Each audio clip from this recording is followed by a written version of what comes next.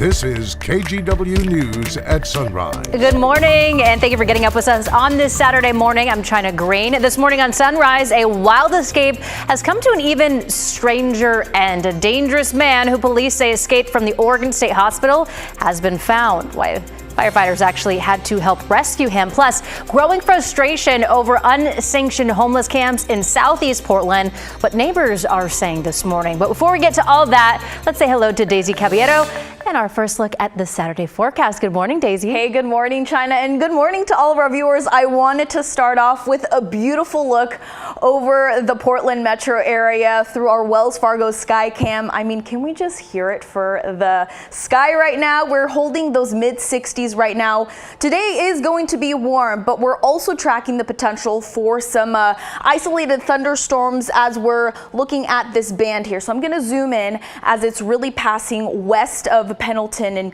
on its way near Arlington and Boardman. So this specific cell could potentially, and others like it, could potentially hit us in the valley. As you can see here, it's moving kind of like a wave down into the valley and will go off the coast here. So we are keeping a very, very close eye, which is why we have a potential for some thunderstorms right about noon. We'll see those low 80s, 85 degrees will be our high for this afternoon. After that, we'll be seeing mostly sunny skies. But we'll talk more about what you can expect for your next work week alongside Memorial Day, or Labor Day, excuse me, not Memorial Day. I get it mixed up too. Daisy, thank you. So we start this half hour with Crooks Caught in the act at a Gresham food cart pot. And it's not just what they stole, it's what they did with it that led one owner to lose more than $1,000. Catherine Cook shows us how. Just trying to make a living, yeah. Krista Larson owns the Crazy Coconut food cart in Gresham. It's been a tough year for her. 3 break-ins since January. The third happened early Thursday morning. I noticed a ton of notifications on my phone. It was like motion detected, motion detected. I was like, oh no, and I already knew. Here's what security cameras captured. Krista says this guy pried open the till, stole cash and her work phone. The whole morning was just kind of like a blur overall. I was just so irritated and frustrated. Then things got a lot worse for Krista. I had all these transfer notifications from like my PayPal and my Venmo, and I was like, oh no, you gotta be kidding me. She says the crook used her phone to transfer $1,000 to himself. It was intense. I was scared. I was like, oh my God, what did I do? A couple hours earlier, it appears the same guy, plus a woman, broke into a different food cart at the same pod. Bubble tea and brews. At one point, the woman grabs a plastic cup and tries to help herself to a beer, only to get splattered in the face. Later, the pair break open the till, steal cash, and 3 computer tablets. So my online orders haven't been able to come through. For owner Mike Robinson, it was a gut punch. Violated because I was still on site working when they came into my cart. Mike, who also owns the food cart pod, had been helping repair a different cart while his was unlocked. It seemed like they were watching me work in and out of the cart, coming and going, and they timed it just right to where I wasn't able to see them. I have no choice but to just take it on the chin. There's no insurance that'll help. Same goes for Krista. Being hit 3 times in a year, my insurance will drop me. For both businesses, frustrating barely covers it. You know, especially for criminals to like target small businesses, like we got enough on our plates. We don't need any more problems. And if you're wondering, yes, the crook did use his name when transferring himself the money. Krista shared that information with police. Her friend has started a GoFundMe account to help Krista recover some of her losses. We have all the information in our story, KGW.com. An escaped attempted murder suspect is back in custody after he was found stuck in a Portland pond. Firefighters rescued 39-year-old Christopher Lee Prey right there, happening on Friday morning in North Portland. Now, he said that he had been trapped in the pond for 12 hours with mud up to his neck. Police say he escaped from the Oregon State Hospital on Wednesday night and stole a vehicle, got away. Prey was medically evaluated after his rescue and then taken back into custody. The strike continues for the teachers in the Camas and Evergreen School District. However, there is a sense of optimism heading into the holiday weekend that if both sides come to the table, a deal can be reached. Teachers in both districts are fighting for smaller class sizes, more money, more planning time, and support for students with special needs.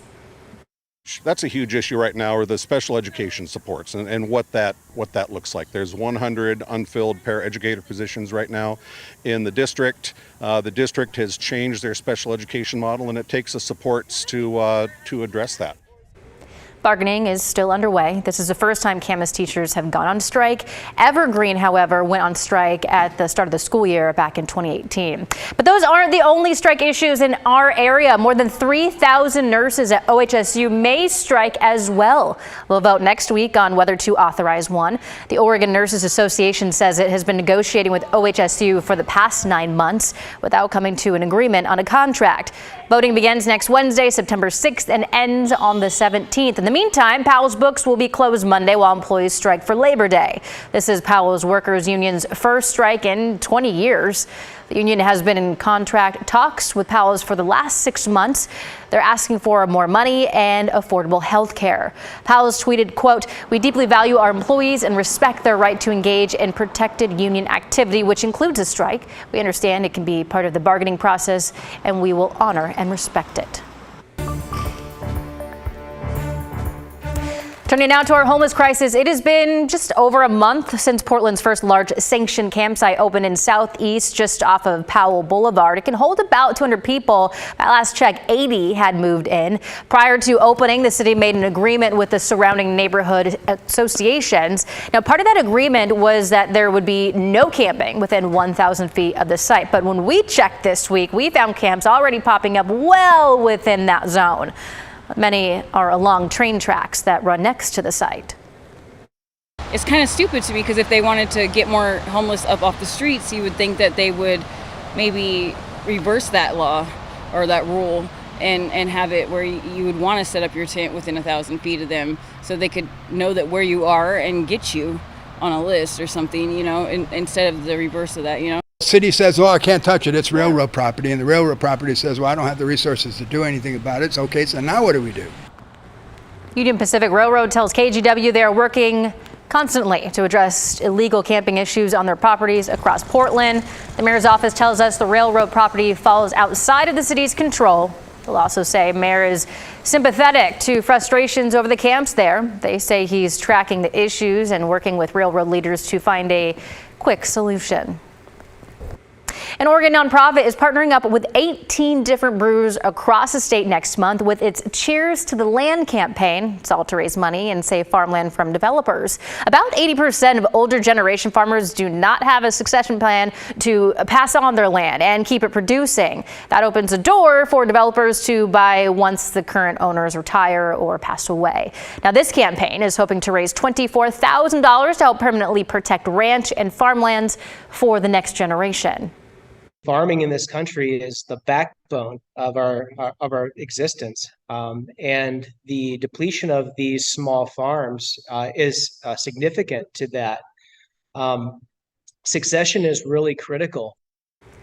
Cheers to the Land kicks off on October 10th and runs through November. You can find a list of participating locations at kgw.com.